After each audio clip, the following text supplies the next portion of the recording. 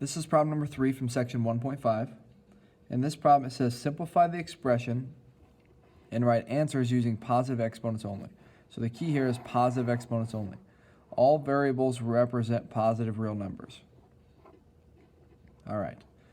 They want us to split, basically they want us to take the 125a to the 6th and then b to the negative third, and they want us to take the 2/3 power and distribute that to each of these.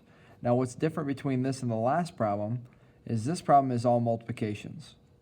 And because exponents deal with multiplication, we can actually kind of distribute across each of these pieces. In the previous problem we had additions. We had an addition and we could not do that because of the addition sign. So I would start by, first of all, writing this as 125 to the 2/3 power.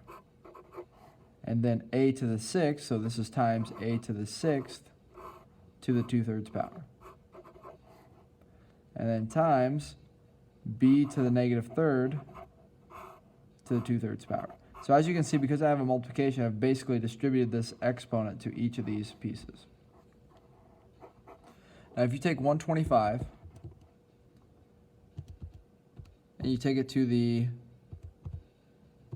2/3 power, that gives you 25. So we have 25 here.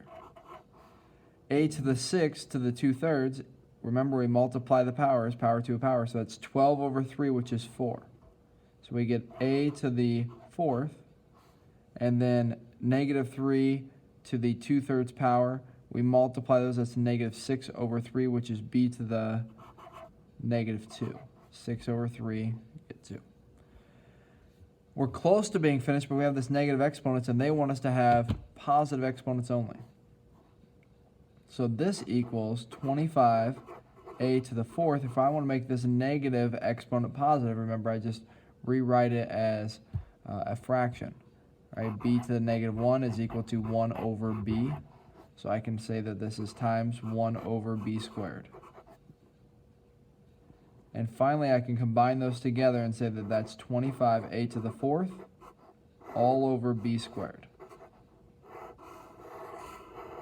And now I've written this and I've simplified it into positive exponents only.